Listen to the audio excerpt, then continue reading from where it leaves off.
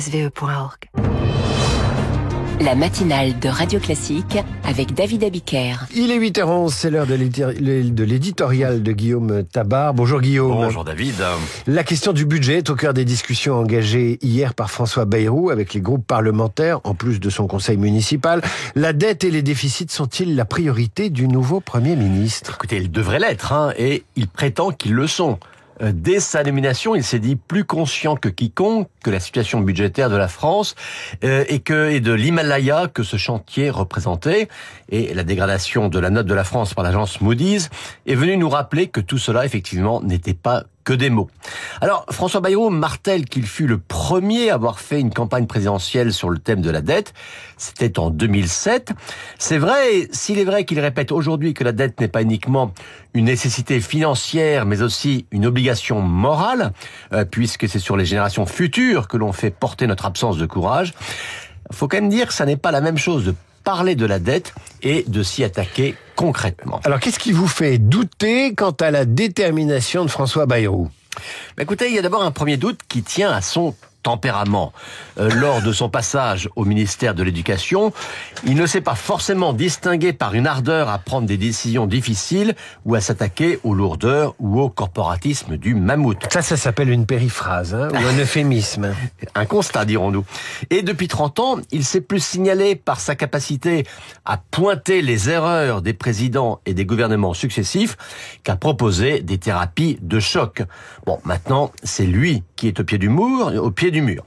La seconde doute, il est lié à la situation politique, car ses premiers mots ont été pour parler de réconciliation, et son premier objectif, et c'est naturel, est d'éviter d'être renversé par une censure dès le premier budget qu'il va devoir présenter. Or, on l'a vu avec Michel Barnier, toute tentative pour essayer de se concilier un groupe politique ou au moins pour obtenir sa neutralité, se paye en concessions qui font que le déficit va se réduire moins vite qu'annoncé et la dette se creuser encore un peu plus que prévu. Et force est de constater que chaque jour de retard aggrave la situation et que la gauche ne se montre pas moins exigeante qu'avant le 4 décembre.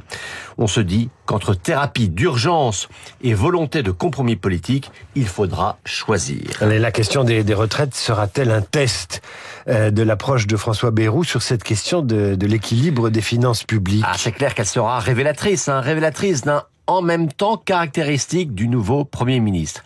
Car lors de la réforme des retraites portée par Elisabeth Borne, le commissaire au plan avait estimé que l'on n'avait pas fait assez de pédagogie sur la gravité de la situation et que compte tenu de l'effort que l'État faisait déjà pour combler le déficit des régimes des fonctionnaires, les besoins de financement étaient encore plus lourds que ce que le gouvernement disait.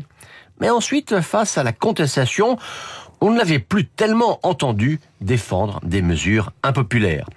Là, il ne pourra pas rester dans l'ambiguïté, et surtout face à l'exigence maintenue par la gauche de suspendre la réforme Borne, même si le PS ne parle plus d'une abrogation immédiate. Une fois encore, Bayrou devra choisir entre la censure des partis et celle des marchés, entre la tranquillité du court terme et la responsabilité du long terme. L'éditorial de Guillaume Tabar à retrouver sur votre application Radio Classique, en vidéo sur lefigaro.fr et sur la chaîne YouTube de Radio Classique. Guillaume Tabar, multimédia.